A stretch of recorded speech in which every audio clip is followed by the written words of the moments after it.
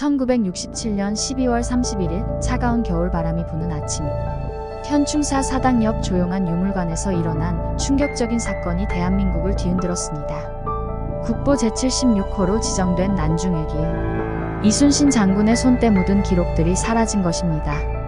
이 유물들은 임진왜란의 역사를 담고 있었으며 그 가치는 단순한 숫자로 표현할 수 없는 국가적 보물이었습니다.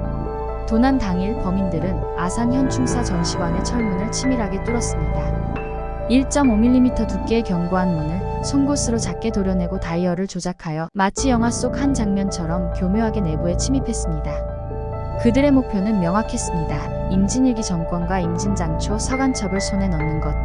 이는 마치 정교하게 계획된 영화 속의 작전과도 같았습니다. 이 사실은 다음날 아침 숙직 근무자에 의해 발견되었고 곧바로 전 국민의 주목을 받게 되었습니다.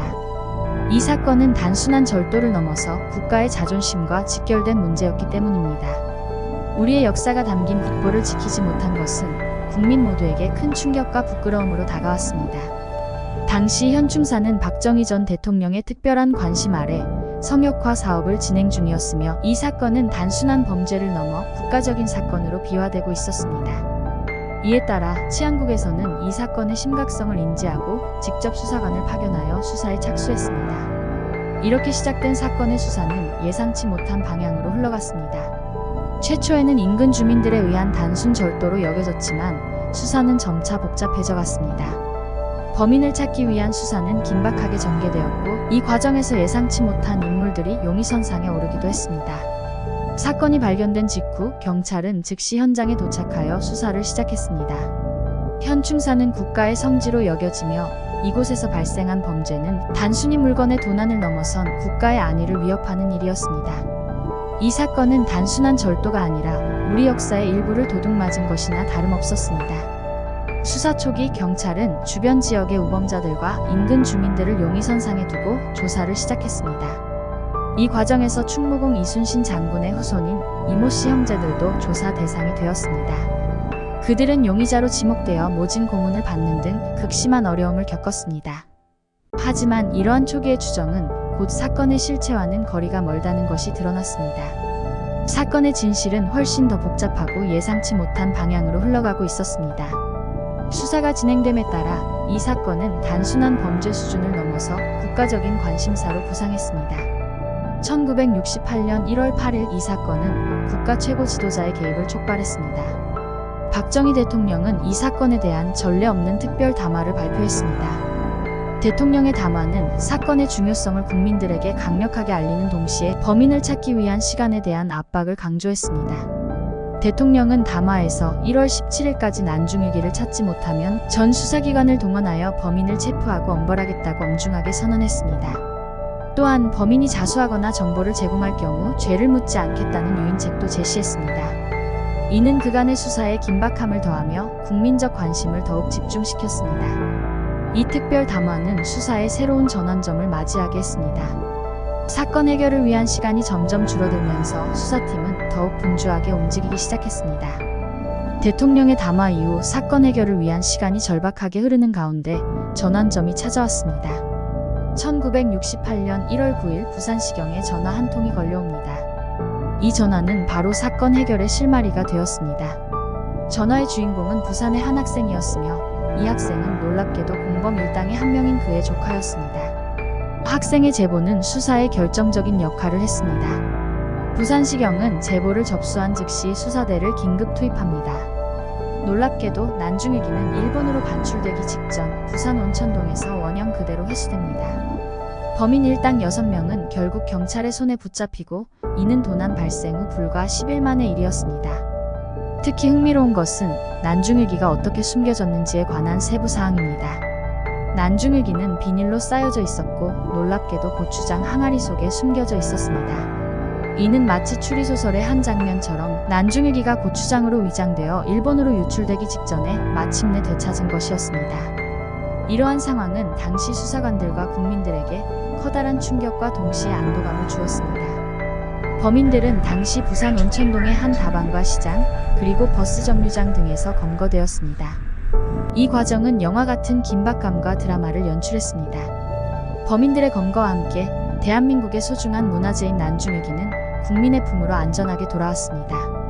범인들이 검거되면서 이 사건의 복잡한 전개와 범죄 계획이 세세하게 드러나기 시작했습니다. 이번 절도 사건의 배후에는 예상치 못한 계획과 치밀한 실행이 있었습니다. 주범인 류근필은 이순신 장군의 유품을 절취해 막대한 이익을 얻으려는 욕심에서 이번 범행을 계획했습니다. 류근필은 이 범죄를 직접적으로 지시했을 뿐만 아니라 하수인을 통해 현충사에 대한 정밀한 답사까지 실시했습니다. 이들은 현충사의 보안 상황을 면밀히 파악하고 범행에 필요한 도구를 구입하는 등 철저한 준비를 했습니다. 이러한 계획의 세부 사항은 사건의 심각성을 더욱 부각시켰습니다. 하지만 범인들의 계획은 그저 물리적인 절도에 그치지 않았습니다. 그들은 난중일기를 일본으로 밀반출하려 했으며 이는 단순히 돈을 위한 범죄가 아닌 우리나라의 귀중한 역사적 유산을 해외로 유출하려는 중대한 범죄였습니다. 범인들의 검거와 함께 이 사건의 중심인물인 류근필의 과거 범죄 이력이 밝혀졌습니다. 류근필은 모대학 사학과 졸업생으로 한때 여자중학교에서 미술을 가르치다가 부산의 모 중학교에서 교감까지 지낸 인물로 문화재에 관한 안목이 높았습니다. 류근필은 과거 1963년 4월 15일에 서울 봉은사에서 수도승 행세를 하며 봉은사에 머물다가 국보 제312호로 지정된 고려청동 무은향로를 훔치고 또 양산 통도사 소장 국보를 절취한 죄로 징역 10개월을 봉역했던 사실이 밝혀져 사회에 큰 충격을 주었습니다. 우리나라의 소중한 국보를 다른 나라에 팔아먹으려고 했던 이들의 소행은 파렴치하기 짝이 없는데도 주범 류근필은 검거 당시 인터뷰에서 난중일기를 손에 넣었을 때 가슴이 뿌듯했다는 어처구니 없는 말을 했다고 합니다. 이러한 주범의 과거 범죄 이력이 밝혀지면서 난중일기 절도 사건의 심각성은 더욱 부각되었습니다. 국민들은 류근필과 그의 동료들이 저지른 이러한 끔찍한 범죄에 분노했고 이들에 대한 엄중한 처벌을 요구했습니다. 결국 범인들은 천안지검에서 당시 최고형인 10년의 징역형을 선고받았습니다. 이는 단순히 범죄자들을 처벌하는 것을 넘어 우리 문화재를 보호하려는 국가의 의지를 보여주는 중요한 사례였습니다. 이 사건은 대한민국 문화재 보호의 중요성을 국민들에게 일깨우는 계기가 되었고 문화재 보호에 대한 국민적 관심과 의식을 높이는 데 큰 역할을 했습니다.